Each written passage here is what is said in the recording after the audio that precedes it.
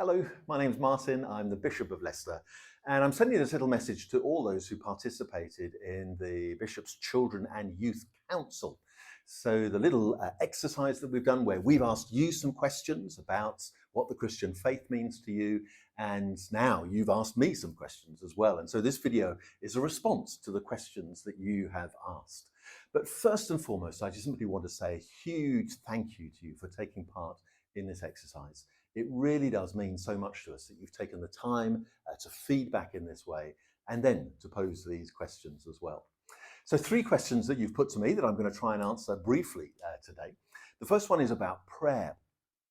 Prayer seems to be an important faith practice for children and young people in school, church and home. How do you practice prayer? What difference does prayer make to your faith? It's a brilliant question because prayer is truly the heart of the Christian faith.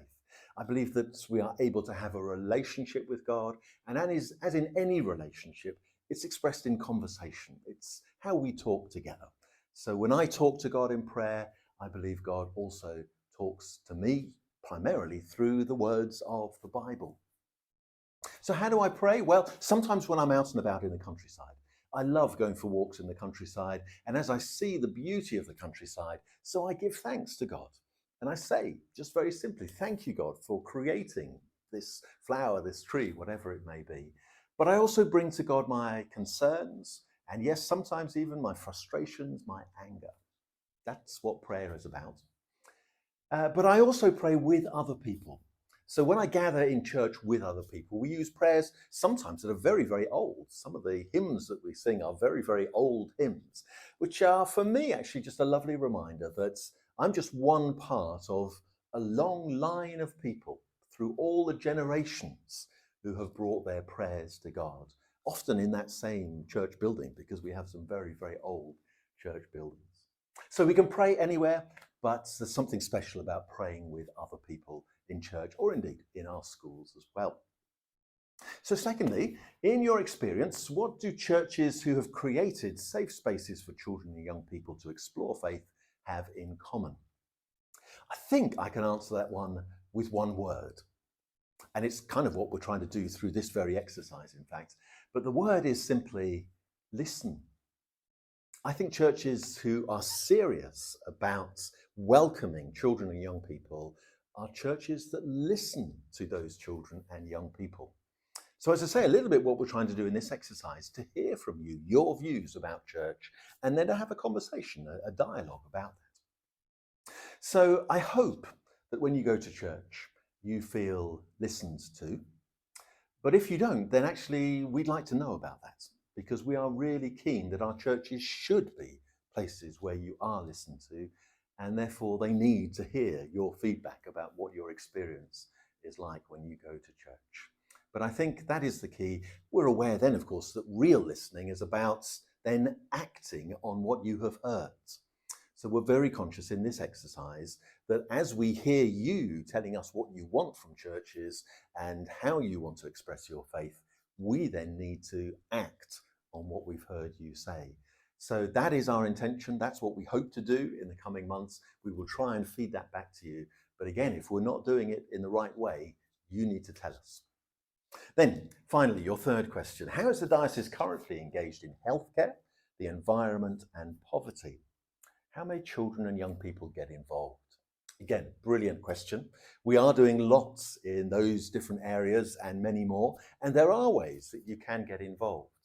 So when it comes to healthcare, well, we have churches who do things like run cafes. Cafes that can be a safe space for people with mental health problems. A place where they can be listened to and where others can offer practical support and care for them. If you know of a church near you doing that sort of thing, you could volunteer to help that. They're always keen to have different volunteers, no matter what your age. Then when it comes to things like the environment, we actually have a roadmap, as we call it now, in place to how we can become what's called carbon neutral. So in other words, churches that don't pollute the atmosphere, don't pollute the environment around about them, but churches that truly care for that environment and see it as a gift from God. So we're working on that. There's a long way still to go, as with all of society, there's lots more we can do, even from those little things, switching off the lights when you go out from a room, or trying to make sure that whoever, your parents or others in your family, think about what sort of fuel they're using in their car, or where you're going on holiday. Whatever it may be, there are 1,000 different ways in which you can help people think about their care for the environment. So again, you can be involved in all of that. And when it comes to poverty, yes, again, we have churches that do a lot, particularly in what's called food banks. So food banks are places where people who are struggling to get enough food to eat for themselves or for their family can go, and they will receive donations of different sorts of food. And lots of places now collect for those food banks, supermarkets and places like that, where you can actually buy something in the supermarket, but then on your way out, you leave it in a trolley or a particular place where they know it will then get passed on to a food bank, and so it will help somebody in poverty. Now, there's lots more I could say on all of those. There's some complicated issues there around health, around the environment, around poverty. And that's something I hope perhaps we could explore in more detail in coming conversations. But for now, I hope these answers have been at least made some sense. You might want to give me a mark out of 10, I don't know, and let me know what you think of it.